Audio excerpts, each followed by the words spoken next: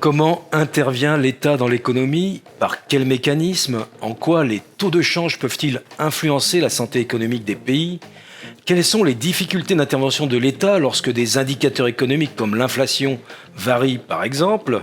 Le rôle de l'État dans l'économie, c'est ce que nous vous proposons de découvrir avec Philippe Narassiguin, tout de suite, dans cette sixième causerie des questions économiques contemporaines.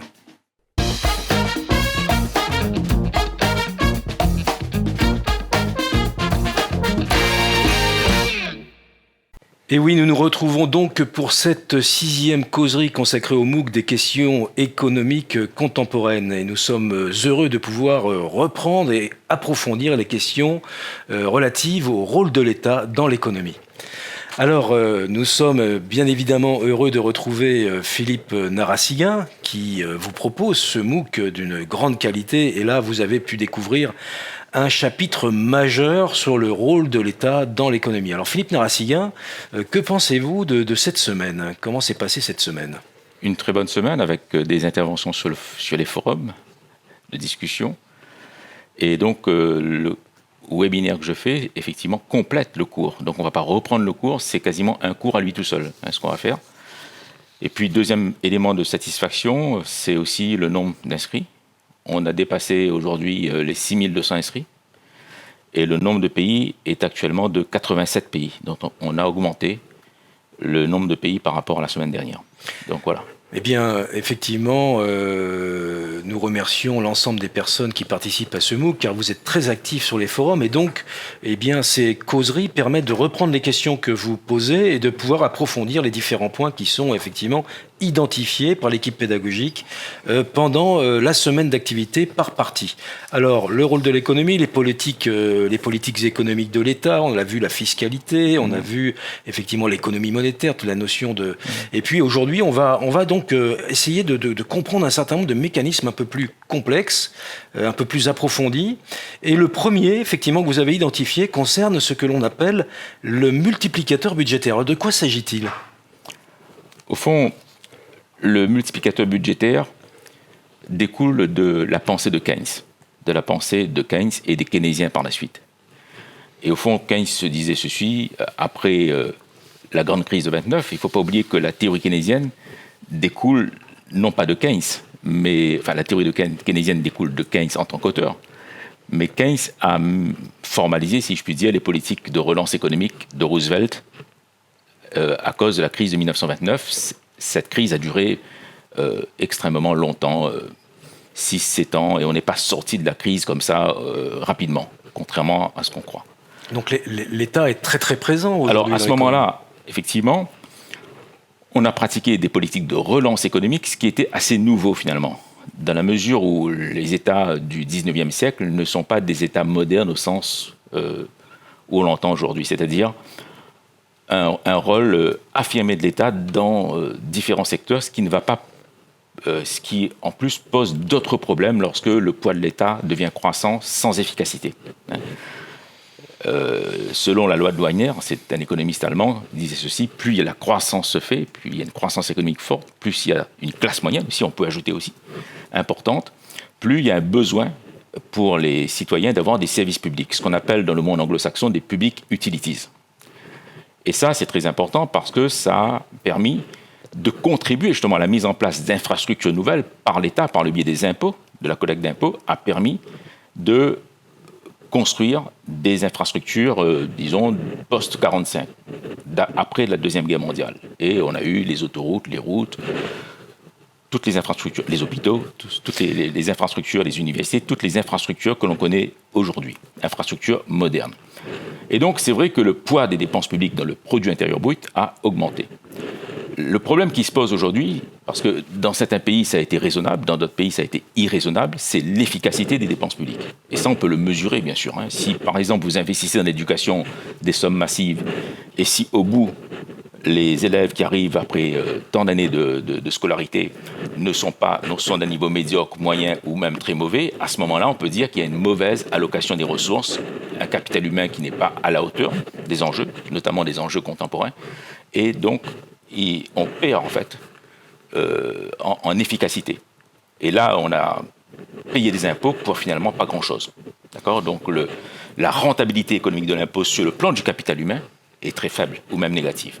Voilà ce qu'il faut bien comprendre. Alors effectivement, Keynes a regardé comment se passait la crise de 29 et puis Roosevelt, à l'époque, avait fait les fameuses politiques de relance. C'est-à-dire qu'il fallait faire des routes, des travaux, des grands travaux, donner des subventions aux agriculteurs, relancer en un mot la machine économique. Et Keynes a formalisé ça à travers le principe du multiplicateur d'investissement qu'on retrouve sous le terme aussi de multiplicateur budgétaire. Cela consiste simplement à injecter de l'argent dans l'économie, mais comment ?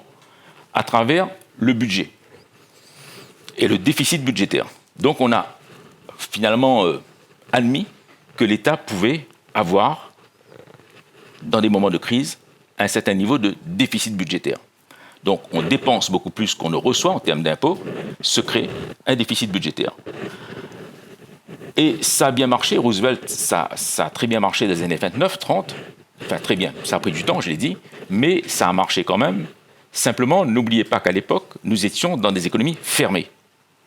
Donc, il n'y avait pas le commerce extérieur, si on peut schématiser. Le modèle keynésien, lui, tient dans des économies fermées et non pas dans des économies ouvertes. Et donc, cette dynamique keynésienne en disant j'injecte des revenus, j'injecte de l'argent dans les infrastructures, j'injecte de l'argent notamment en termes de revenus en plus, salaires ou prestations, cette dynamique keynésienne s'est heurtée à plusieurs défis en quelque sorte. On a eu beaucoup de défis à relever et c'est pour ça que dans les années 70-80, la dernière grande relance économique, c'est celle de 81, avec un nouveau gouvernement qui était élu. Et donc, on s'est heurté à différents murs. Et aujourd'hui, on ne fait plus de politique de relance économique, notamment par la consommation. Et même d'ailleurs par des travaux spécifiques, parce que ces travaux spécifiques peuvent occasionner plus d'importations. Alors, quelles sont les limites de ces politiques de relance ? D'abord, la séquence keynésienne, vous la voyez au tableau, c'est que la relance par les dépenses budgétaires entraîne que les entreprises obtiennent des contrats de la part de l'État, ce qui stimule la création d'emplois, les ménages perçoivent des revenus, il y a un accroissement de la consommation des ménages, une augmentation de la production et bien sûr l'accroissement de la croissance économique, ce qui dynamise l'ensemble des activités. Or, ce que je disais, à partir des années 70, il y a dans les pays occidentaux une remise en cause de ce multiplicateur, tout simplement parce que on raisonne sur des schémas macroéconomiques et non pas microéconomiques, et sur des schémas qui se heurtent à différents murs. Vous avez le premier mur, si on peut dire, c'est cette affaire de pouvoir d'achat, dans la mesure où, effectivement, lorsqu'on augmente les dépenses publiques, vous avez un déficit budgétaire, c'est vrai, vous avez un accroissement de la dette publique et une augmentation corrélative des impôts, du montant des impôts pour les contribuables. Et vous avez une diminution du pouvoir d'achat lorsque cette augmentation est forte, lorsque cette augmentation des impôts est forte, et cela touche notamment les classes moyennes. Les classes moyennes sont celles qui paient, c'est le plus grand nombre en quelque sorte qui paie des impôts. Qui paie les impôts, oui. Voilà. Les impôts sur le revenu en tous les cas. Sur le revenu en tout cas, d'ailleurs on est très peu aujourd'hui en France par exemple à payer l'impôt sur le revenu, 43%, 57% des Français ne paient plus l'impôt sur le revenu, c'est un chiffre que je voulais donner. D'accord ? Ensuite, on l'a vu en détail la dernière fois, c'est que cet effet multiplicateur va privilégier le secteur public, c'est-à-dire l'État en fait, c'est pas le secteur public au sens des entreprises marchandes, c'est l'État qui absorbe finalement l'offre de fonds prêtables, pour reprendre les termes keynésiens qui parlaient d'offre de fonds prêtables, c'est-à-dire que vous avez des capitaux qu'on peut prêter, sauf qu'effectivement les ménages, par exemple, vont souscrire à des bons du Trésor, les banques vont prêter aux collectivités locales, aux collectivités territoriales, et moins prêter aux ménages et aux entreprises privées. C'est ce qu'on a vu en détail la dernière fois. Et donc, il y aura moins de crédits bancaires pour les entreprises, pour les ménages, et même lorsque l'État émet des bons du Trésor, évidemment, ces bons du Trésor sont souscrits par les ménages ou par les entreprises financières, les banques, les assurances, etc., ce qui donne de l'argent encore plus à l'État, et non pas au secteur privé. Donc c'est ce qu'on appelle l'effet d'éviction des dépenses privées au profit des dépenses publiques. Ça, je crois qu'on l'avait vu ça, en détail. On l'a vu en détail, et donc voilà. c'est disponible dans le Tout à fait. la causerie qui traite des financements de l'économie en général. Et puis on l'a vu d'ailleurs, la dernière grande relance dans les pays d'Europe, c'était celle de 81. La relance par le budget accroît effectivement les revenus des ménages. Il y a une forte augmentation de la consommation, mais une croissance phénoménale d'ailleurs. À l'époque, je crois qu'ils avaient mobilisé 1% du PIB français consacré donc à la relance budgétaire, le fameux multiplicateur budgétaire. Donc là, l'autre mur, évidemment, c'est le mur des importations, une croissance des importations. On a une détérioration ou un fort déficit de la balance commerciale. En France, ça a été vraiment un creusement, alors qu'on était en excédent. Très fort déficit de la balance commerciale, une perte des réserves de change, c'est-à-dire des pertes de réserves en dollars notamment. On a été, rappelez-vous, 81-83, c'était le contrôle d'échange. Absolument. On a connu la période du contrôle d'échange. Et donc, on s'est endetté au niveau international pour reconstituer les réserves de change. Donc, vous voyez que j'ai dit qu'il y avait 3 murs. En réalité, il y a plus de murs que 3. Parce qu'il y a aussi l'endettement qui suit derrière. L'endettement international pour reconstituer des réserves de change dans la monnaie internationale de référence. Pour nous, c'était le dollar et c'est toujours le dollar aujourd'hui. D'accord ? Donc, vous voyez que... alors, effectivement, je vais faire un point sur cette affaire de politique de relance. Il ne faut pas confondre la politique de relance et l'État stratège. La politique de relance, on l'aime beaucoup en France notamment, mais ce sont des politiques en temps de crise. Ce ne sont pas des politiques, comment dirais-je, qui se font tout le temps, tous les jours. Alors que l'État stratège, on a perdu cette notion d'État stratège que d'autres pays européens ont gardée. On a mis à côté le ministère de la Planification qui ne pesait plus dans les années 80. Alors que l'État stratège va faire des investissements d'avenir, le nucléaire, les énergies nouvelles, l'hydroélectricité, d'autres, les éoliennes, etc. Donc le solaire, bien sûr. Et donc, ces grands projets vont créer de l'emploi marchand avec des transactions marchandes, donc des rentrées fiscales et donc aussi une croissance économique et donc aussi des rentrées fiscales. Donc, il ne faut pas confondre, on a une confusion terrible dans notre pays, c'est de confondre les politiques de relance qui se font à un moment donné en période de crise, mais si vous êtes fragile, ça accroît la fragilité, et puis l'État stratège qui se fait tout le temps. Quels sont les grands travaux à mener sur 10 ans, 15 ans, 20 ans, en termes d'aéroports, de routes, d'autoroutes, de voies ferroviaires, de nouvelles voies ferroviaires, du renouvellement des infrastructures qui ont vieilli entre-temps. C'est ça l'État stratège. La fusion nucléaire peut-être, par exemple. La recherche, bien sûr. Donc ça, c'est ce qu'un État doit faire normalement. Et quand l'État le fait, c'est là qu'il y a création de richesse. C'est-à-dire que là, le fait d'avoir l'État stratège, vous avez une croissance économique supplémentaire et même vous avez des exportations supplémentaires. Nous, par exemple, en France, on a exporté des centrales nucléaires. On peut ne prendre qu'un exemple. On a exporté un peu de ferroviaire. TGV, oui. Les TGV. Donc, si vous voulez, c'est cette différence qu'il faut faire entre une politique de relance, qu'on apprend trop souvent comme ça, juste rapidement dans les écoles d'administration, dans les différentes écoles d'administration qu'on a. Et puis on disait, l'économie, ce sont les politiques de relance. Mais pas du tout. La science économique, d'abord, ce n'est pas de la politique de relance, c'est 8 domaines. D'accord ? Mais en plus, ce qu'on devrait enseigner à ceux qui, par la suite, dirigent l'État, c'est l'État stratège, c'est la notion d'État stratège. Alors, vous avez précisé que les politiques de relance ne sont utilisées qu'en cas de crise, oui. Et vous aimez rappeler qu'il y a plusieurs types de crises. Ah oui, tout à fait. Et donc, en fait, si l'on comprend bien le propos, donc le déficit budgétaire dans période de crise permet, via l'endettement, de faire de l'investissement, en fait, et de soutenir, on va dire, un développement qui va initier une séquence vertueuse. Oui.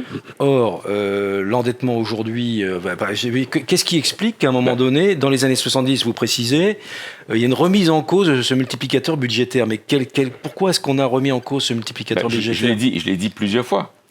Les dépenses publiques qu'on a faites n'étaient pas des dépenses qui avaient été faites dans les années 70, notamment, ou avant, après les années 50, ce qu'on appelait les 30 glorieuses. L'État ne s'occupait que des projets d'avenir, que des infrastructures, que des investissements qu'il fallait faire à 10 ans, à 15 ans, dans des échéances assez longues. Donc on s'occupait de tout ça et on le faisait. Ce qui fait que, par exemple, prenons une période plus récente. Quand M. Giscard d'Estaing, j'en ai souvent parlé, fait la politique nucléaire, le ferroviaire avec le TGV la modernisation de l'armée, etc., avec les missiles, les sous-marins lanceurs de missiles, etc. Quand ils sortent du pouvoir, quel est le ratio de dette publique sur PIB? C'est incroyable. C'est 20%. Pourquoi c'est 20%? Si on demande à un étudiant, mais pourquoi c'est 20%? Pourquoi c'est faible? Ben, tout simplement parce que ce qui a été fait relève de l'économie marchande qui crée des emplois et qui fait des rentrées fiscales. C'est ça. Nous, après, aujourd'hui, je l'ai dit, les administrations publiques, les dépenses régaliennes de l'État, ça semble incroyable, on l'a développé souvent ici, les dépenses régaliennes sont marginalisées. Qu'est-ce qu'il y a dans les dépenses publiques? 42% la protection sociale, 14% la santé. Défense, sécurité, 3%, éducation, 11%. Toutes les dépenses régaliennes ont disparu. Donc on est sorti du cadre même de l'État stratège, et même de l'État, des fonctions de l'État. Quand un étudiant rentre en première ou en deuxième année d'économie, on dit, voilà les principales fonctions de l'État. Et on parle de quoi? Notamment du régalien. Alors, petite question peut-être un peu naïve, mais est-ce qu'on peut considérer qu'on est en période de crise actuellement? De crise conjoncturelle, pas forcément structurelle, parce que je l'ai dit, la crise Covid, je l'avais dit, quand on a fait 13 webinaires, je crois, sur la crise Covid, j'avais dit ceci. J'avais dit ce type de crise va provoquer une accélération des recompositions. Mais la recomposition était déjà en marche. Concrètement, ça veut dire quoi? Ça veut dire que déjà la zone Indo-Pacifique avait plus de 50% de la production mondiale. Les États comme l'Allemagne, comme la Hollande, les pays d'Europe du Nord, eux, qu'est-ce qu'ils ont fait? Ils se sont insérés à l'économie mondiale, ce qui fait qu'ils dégagent, eux, des excédents commerciaux considérables. Ces pays exportent dans le monde entier. Ils ont bien sûr abandonné la production de chaussures, de textiles, de tout ce qui est produit bas de gamme. Ils ont fait des biens d'équipement, ils ont fait de la chimie, ils ont fait des équipements complexes, ils ont fait tout cela qu'ils peuvent vendre à qui? Notamment aux pays émergents. Donc ces pays vont se renforcer dans le monde qui vient. Et évidemment, les pays qui n'auront pas fait les réformes nécessaires vont encore plus régresser dans le monde qui vient. Mais, alors évidemment, la crise qu'on a là, le conflit en Europe, ça accélère encore plus cette recomposition. Mais cette recomposition était déjà en marche depuis plusieurs années. Et c'est accéléré. Elle s'est accélérée avec les deux crises consécutives qu'on a eues. Les crises sanitaires en particulier. Sanitaires et militaires, enfin de conflits armés. Donc on l'a vu, l'inflation repart. Alors on va rentrer en profondeur, hein. On ne va pas l'aborder tout de suite parce que ça fait partie des échanges que nous allons avoir. Mais vous souhaitiez aussi, et vous avez identifié des questions autour des taux de change, de l'effet de transmission, la notion de pass-through. Alors ce sont des questions qui apparaissent sur les forums. Ce sont des questions effectivement de personnes qui ont déjà un certain niveau en économie, de niveau un petit peu avancé on peut dire. Et de quoi s'agit-il? C'est effectivement, je l'avais dit d'ailleurs, quand on avait dit... le ministère avait dit, la Banque de France avait dit, le taux d'inflation sera de 6,5%. Bon. D'abord, il n'est pas de 6,5% parce qu'on donne des chèques pour compenser, pour diminuer le taux d'inflation. Donc on subventionne toute une partie de l'économie pour faire baisser artificiellement l'inflation. Les Allemands ne le font pas. L'inflation est à 10,5%. Dans la zone euro, l'inflation est à 10,5%. D'accord? Il n'y a pas de subvention particulière. Bon. Premier point. Deuxième point, moi j'avais dit déjà, attention, la crise ukrainienne, enfin russe-Ukraine, va avoir des effets significatifs sur le taux de change euro-dollar. C'est-à-dire que le dollar risque de s'apprécier, on l'avait dit il y a plusieurs mois déjà, et l'euro risque de se déprécier. Par conséquent, à l'effet inflationniste logique, généré par l'augmentation du coût des matières premières notamment. Énergie, pétrole, gaz, mais pas seulement. Toutes les matières premières, en général. Donc, à cette première cause, vous avez une deuxième cause qu'on appelle l'effet taux de change, que les anglo-saxons appellent le pass-through. D'accord ? C'est-à-dire que la dépréciation de l'euro, mécaniquement, va faire augmenter le coût des importations. Et donc, nous aurons une inflation supplémentaire. Et aujourd'hui, je suis heureux de voir que toutes les analyses reprennent ce que nous avions dit bien en avance sur ce plateau il y a quelques mois. Rappelez-vous, c'était bon. Au fond, pour répondre à la question qui s'est posée sur les forums. Cette problématique, évidemment, est discutée depuis plusieurs décennies déjà par les économistes, à travers des tests économétriques en plus. Et vous avez ce phénomène de transmission des variations de taux de change au prix à la consommation. Alors, ça dépend. Si, évidemment, vous faites des échanges avec le Japon à 80% et que le Japon, le taux de change entre votre monnaie et la monnaie japonaise ne se déprécie pas, il n'y a pas d'appréciation de dépréciation, il n'y a pas d'effet de transmission, le fameux pass solo.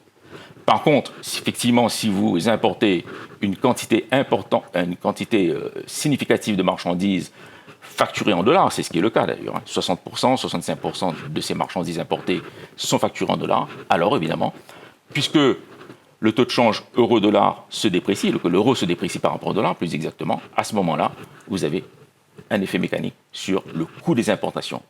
Et ça va très vite, 10 centimes simplement d'augmentation, ça fait, j'ai fait les calculs avec vous, je crois, ça fait des dizaines de milliards de coûts d'importation en plus, par exemple, pour un pays comme la France. La fameuse inflation importée. C'est ce qu'on appelle, alors c'est ce que les économistes ont appelé, effectivement, l'inflation importée. Donc vous voyez que la séquence est là, c'est l'appréciation de la monnaie nationale par rapport, première hypothèse, s'il y a l'appréciation de l'euro par rapport au dollar, on aurait eu une diminution du coût des importations, facturées en dollars, donc une diminution des prix des marchandises, des biens et services importés, et par conséquent, une baisse des prix à la consommation. Parce que l'effet échange joue dans les deux sens, bien sûr. On a bien compris. C'est pour ça que j'ai mis les deux séquences pour les... Première hypothèse. Et la deuxième hypothèse, c'est celle où on est en ce moment, d'accord ? C'est que la dépréciation de la monnaie nationale par rapport au dollar va augmenter le coût des importations.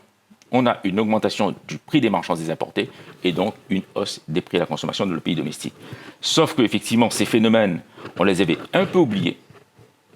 Mais nous, en économie, on n'oublie pas, parce qu'on n'est pas là pour faire du conjoncturel, on est là pour faire de la science économique. Et c'est là que je reviens au niveau des étudiants. Faites de la science économique.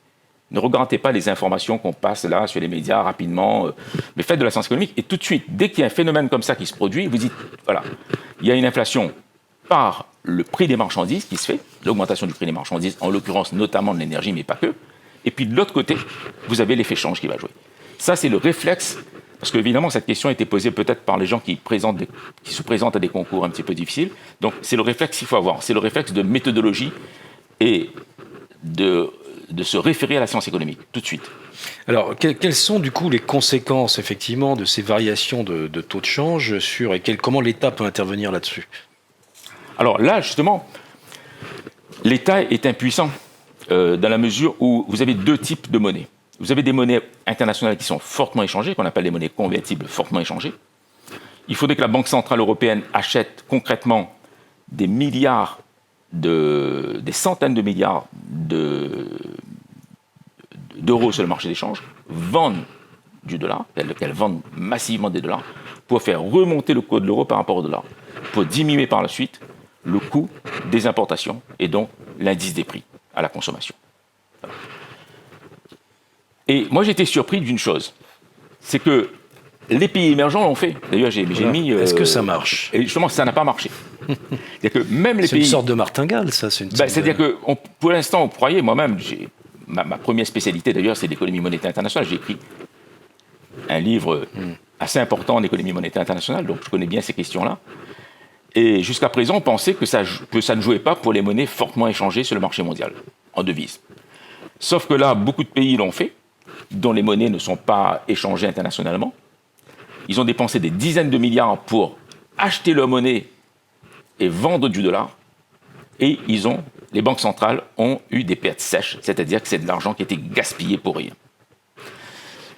Pourquoi ? Parce qu'il y a d'autres aspects qui rentrent. Je ne voudrais pas rentrer dans la théorie économique. C'est les phénomènes de taux d'intérêt, les différentiels de taux, etc. Là, on va passer dans la théorie économique et dans la pratique aussi, parce que c'est ça en fait. Quels sont les phénomènes qui contrecarrent les interventions des banques centrales ? Ils auraient dû y penser quand même au niveau de la banque centrale, des banques centrales en général, parce que dans ces pays, ils ont des centaines d'économistes qui travaillent pour eux. Alors peut-être que souvent les gens disent ouais, mais les économistes ils disent ça, mais c'est pas très sérieux. Et en fait, ils auraient dû penser à l'expérience qu'on a en matière d'intervention des banques centrales sur les marchés d'échange. Et souvent, ces interventions sont extrêmement décevantes. la crise de 92, crise de change 92-93, où la Banque de France et la Bundesbank ont dépensé, je crois, en une nuit, 300 milliards de francs. C'est comme aujourd'hui 300 milliards de dollars en une nuit. En une nuit. En fait, les traders qui avaient des fonds d'investissement basés à New York de 1000 milliards de dollars sont intervenus, ont cassé les banques centrales, le jeu des banques centrales, et ils ont gagné ces fonds de trading, en quelque sorte, ces fonds d'investissement qui jouent sur les devises ont gagné des milliards de dollars parce qu'ils ont joué contre les banques centrales. En fait. Donc, vous allez dire que là, on a aujourd'hui des fonds suffisamment puissants pour contrecarrer des politiques d'État. En fait. Ça date de 30 ans. On aurait dû penser à ça. Ça date de 30 ans. Si vous avez des fonds plus puissants que les banques centrales en termes de réserve de change, en termes d'accumulation, et puis qui jouent, qui dit on achète 1 milliard, on revend, on achète 20 milliards, on revend, etc. À un moment donné, la Banque centrale ne peut plus suivre. Et nous, comme en plus dans la zone euro, mais ça je ne vais pas revenir là-dessus parce que ça va nous amener dans des débats, moi j'avais critiqué le traité de Maastricht. Pourquoi j'avais critiqué le traité de Maastricht ? Dans mon premier livre d'ailleurs je crois. Parce que dans le traité de Maastricht, la politique de change a été mise de côté. C'est interdit. Ça ne figure pas. C'est-à-dire, on fait l'euro, il n'y aura pas de risque de change. Mais non, le risque, je l'avais écrit dans mon livre de 93, l'unification monétaire européenne, j'avais écrit les travaux de recherche, que le risque de change est reporté aux frontières de la zone euro et il sera encore plus puissant. Je l'avais écrit il y a 30 ans. Et il impactera l'ensemble des pays de la zone. Que la simple variation des taux de change, Dutch mark franc, lire italienne contre peseta espagnol ou livre sterling contre je ne sais plus quelle monnaie qu'on avait comment dirais-je, l'escudo portugais ou voilà. Donc j'avais écrit ça. C'est que non seulement on ne résolvait pas le problème du risque de change, parce que c'était ça là, les gens qui écrivaient à les commissions européennes disaient oui, ils n'avaient pas fait d'économie, ils n'avaient pas fait de sciences économiques, ils écrivaient oui, le risque de change sera éliminé. Éliminé, oui, à l'intérieur de la zone euro, parce qu'il n'y a plus de monnaie. Mais par contre, le risque de change est reporté de l'autre côté. C'était facile à comprendre. Hein. Manifestement, ils ont éliminé l'article, je ne sais plus quel article, il y avait un article sans doute sur les politiques de change. Les 7 pays n'ont pas voulu qu'on parle de politique de change. On ne parle pas de politique de change. Et ça, c'est très critiqué par les économistes notamment. On peut le comprendre. Alors, quels sont les moyens d'intervention autres ? Comment est-ce qu'on peut faire en sorte que, de relancer l'activité économique ? Comment est-ce que l'État peut intervenir encore ? Alors, très bonne question. Aujourd'hui, dans la zone euro, et moi je suis très content de ce qui arrive justement. Pas parce que on a une baisse du pouvoir d'achat, bien entendu. Pas parce que les gens, la classe moyenne devient de plus en plus misérable. Bien entendu, je ne suis pas du tout content pour ça. Mais je suis content de voir que la théorie économique triomphe toujours. Et je vais vous l'expliquer. Pourquoi ? Parce que justement dans ce traité de Maastricht, qu'est-ce qu'on dit ? On dit la seule politique possible, c'est la politique monétaire. Mais non. Quand vous étudiez la politique économique, et j'ai fait un autre livre là-dessus d'ailleurs, d'accord ? Dans une 8e partie, il y a la politique économique. Qu'est-ce qu'on apprend aux étudiants ? Dans la politique économique, vous avez la politique monétaire, on ne commence même pas par la politique monétaire d'ailleurs.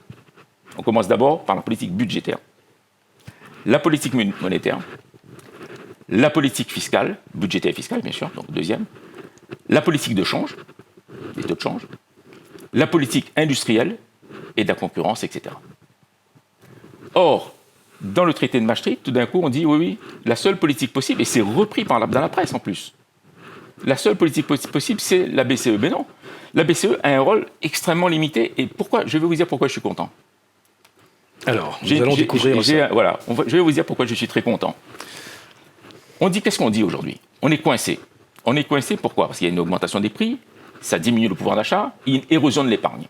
Donc, même si vous augmentez le taux du livret A à 2%, avec une inflation maintenue artificiellement à 6,5%, vous perdez déjà 4,5%. 4,5%.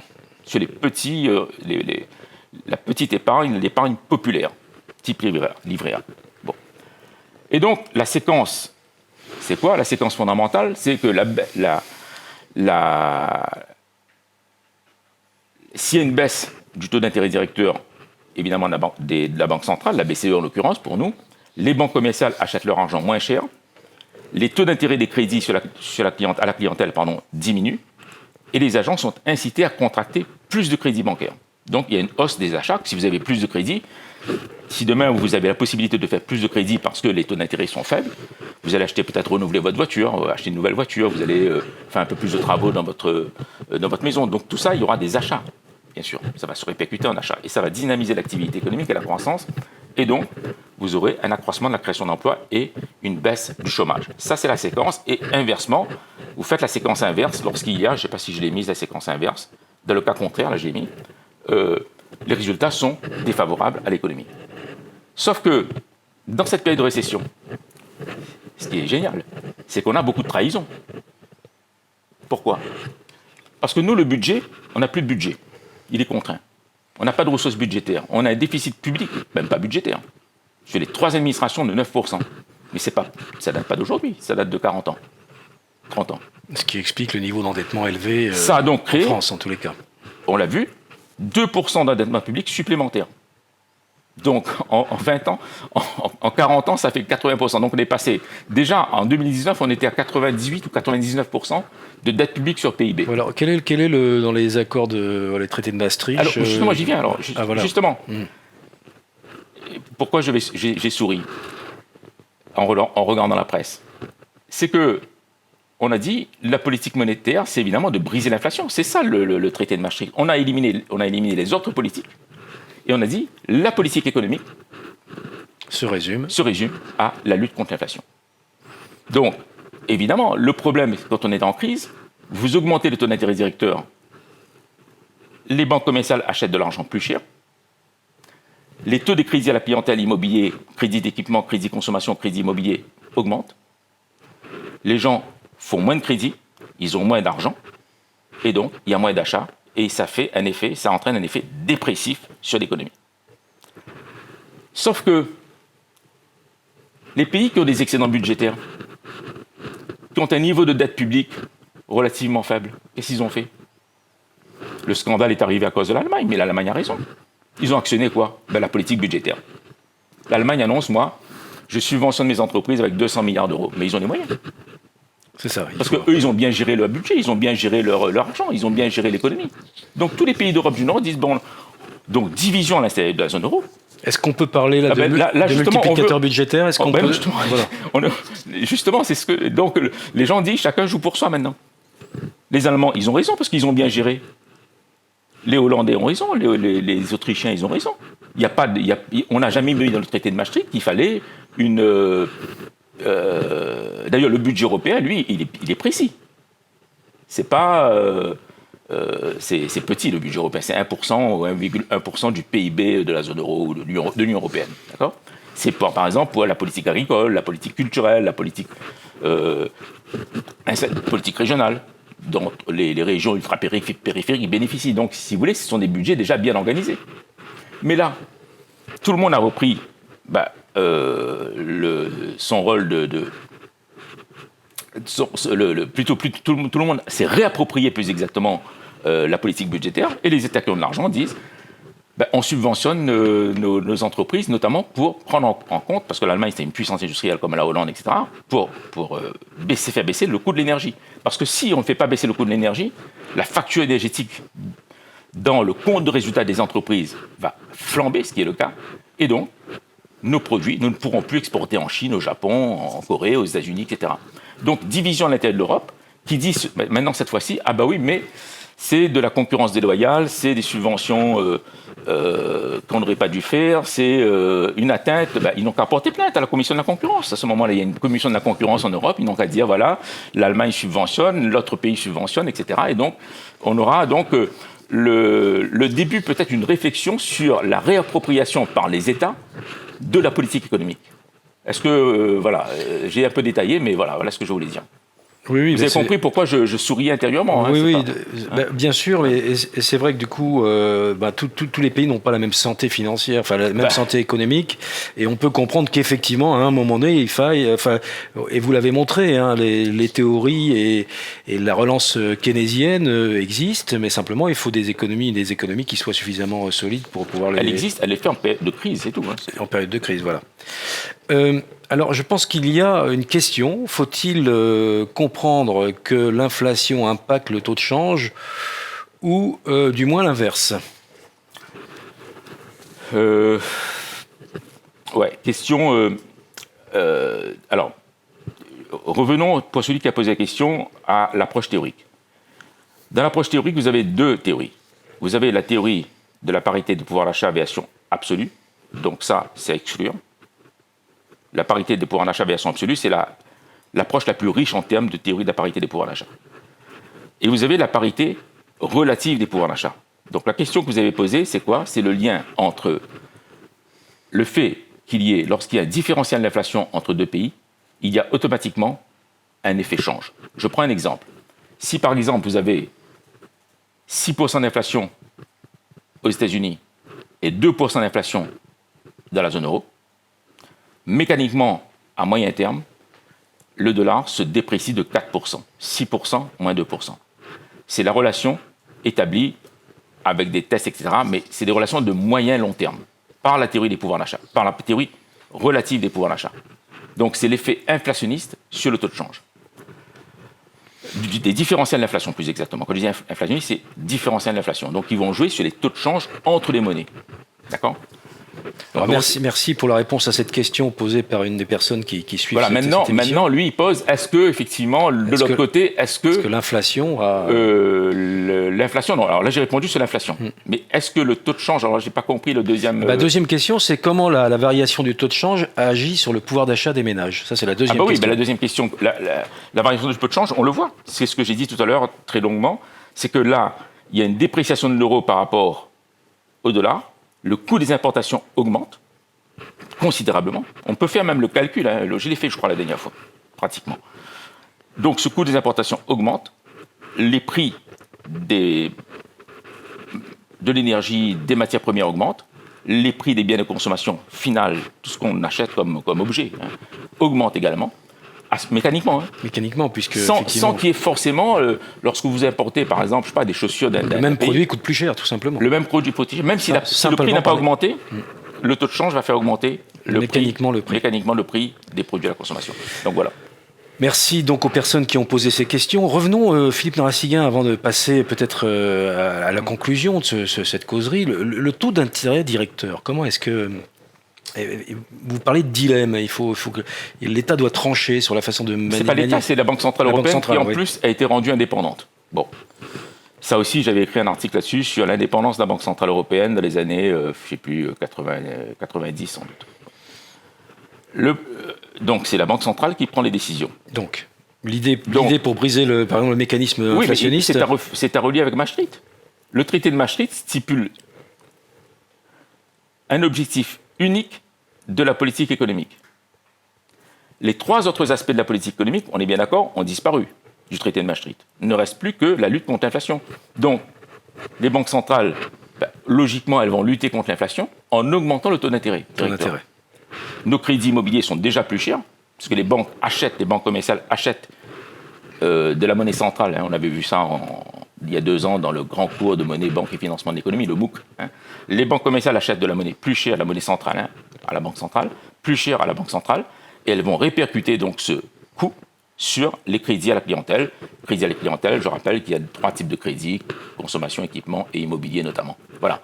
Donc, effectivement, là, on va jouer contre l'inflation, on va briser l'inflation, quel que soit le coût, quel que soit le niveau de la récession économique, et même de la récession, encore ces 3 trimestres à 0 et quelques, même de dépression de l'économie, c'est-à-dire même des taux de croissance économique négatifs.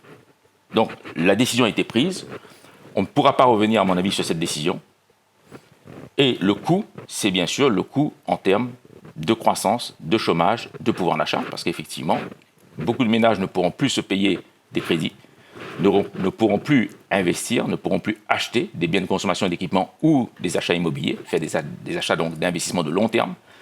Et le pouvoir d'achat, aussi bien à court terme qu'à moyen terme, sera amputé. Parce que quand vous payez un crédit à 1% et que si le taux de votre crédit immobilier passe à 6% par an, ce n'est pas la même chose au niveau des remboursements d'emprunts, de charges financières d'emprunt. Voilà. Donc dans une période de croissance économique très faible et de forte taux d'inflation, vous parlez de stagflation. Ah ben c'est bien sûr, c'est la stagflation, ça veut dire quoi? C'est ce que les économistes ont défini dans les années 70 suite aux deux chocs pétroliers de 73 et 80. Vous aviez à la fois une coexistence d'un niveau d'inflation élevé et d'une stagnation de la croissance économique. Donc les économistes, ils ont contracté les deux mots, ils ont mis stagflation. Stagflation. Voilà. Très bien. Je pense que là, ça du coup éclaircit quand même beaucoup de choses, hein, ce passage. Donc, je pense qu'on va arriver à comment est-ce qu'on pourrait conclure cette séquence, cette causerie sur le rôle de l'État. Comment est-ce qu'on peut conclure une telle séquence? Moi, je pense que le rôle de l'État est multiforme. Et je l'ai dit, les dépenses publiques sont nécessaires, mais il faut toujours mesurer l'efficacité des dépenses publiques. Et non pas faire seulement des rapports sur des fameuses évaluations des dépenses publiques qu'on fait tout le temps. Et il n'y a jamais de décision prise lorsque la Cour des comptes dit toutes les choses qui ne vont pas. Si on se réfère à la France, pour les autres pays, à vous de voir dans vos pays si, suite à l'évaluation des dépenses publiques, on prend des décisions, oui ou non. Apparemment, tous les pays d'Europe du Nord ont pris des décisions radicales pour la réforme de l'État. Ça, c'est le premier point. Très bien. Deuxième point, effectivement, là, on voit la conclusion, je rappelle un petit peu ce que j'ai dit aussi. Deuxième point, je dirais que les États, en matière de politique économique, doivent avoir les 3 à 4 volets de politique économique. Tout à l'heure, j'ai oublié de parler de politique industrielle et de la concurrence. Nous n'avons plus de politique industrielle et de la concurrence en France depuis 40 ans. Les autres États l'ont. Nous ne l'avons plus.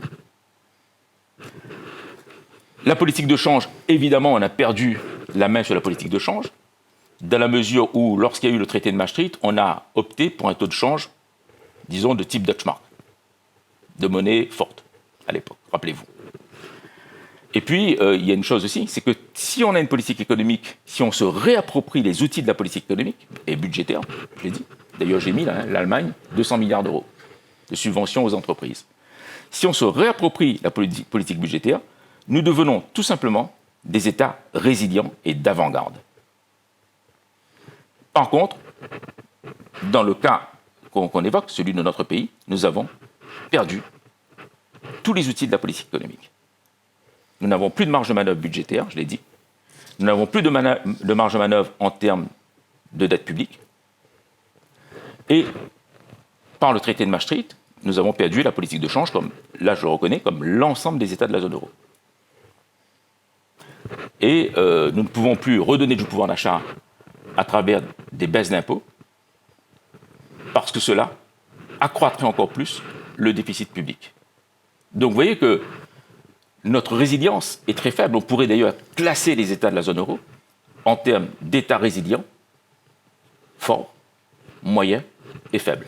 Moi, je retiens ce que vous avez dit. Le déficit public n'est à mobiliser qu'en cas de crise. Bien sûr. Donc, effectivement, là, vous montrez que l'Allemagne, qui est en excédent budgétaire, donc qui ne pratique pas le déficit budgétaire, arrive à maintenir son taux de PIB à 70%. On est déjà un petit peu au-dessus du seuil. Bah oui, parce qu'il y a eu deux crises. Il y a eu deux crises. Voilà, en fait. C'est 60%, je crois. L'Allemagne a eu 3 crises.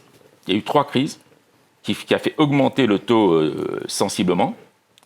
Les 2 crises coup sur coup, crise Covid et ukrainienne, où le taux aujourd'hui, ratio dette publique sur PIB est très très raisonnable, 70%, mais ils ont eu une très grande crise, ils ont dû intégrer 20 millions d'Allemands de l'Est, des années 90. Donc ils ont intégré toute une population venue de l'Allemagne, mais de l'Est.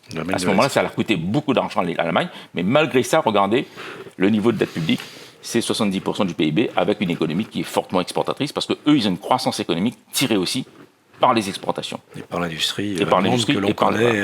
Tout à fait. Très bien. Donc, par ailleurs, le marché d'échange, donc on l'a vu, hein, les taux de change, là, je pense que vous avez été suffisamment... Oui, et puis on a aussi, je n'interviens plus sur le 4e point, on l'a dit, mais on a beaucoup développé dans la crise Covid la question de la supply chain, rappelez-vous, des chaînes d'approvisionnement qu'il faut reconstruire, même dans le nucléaire d'ailleurs. Nous avons perdu en compétences. On a perdu en compétences. Mais vous citez le secteur agricole aussi. Le secteur agricole.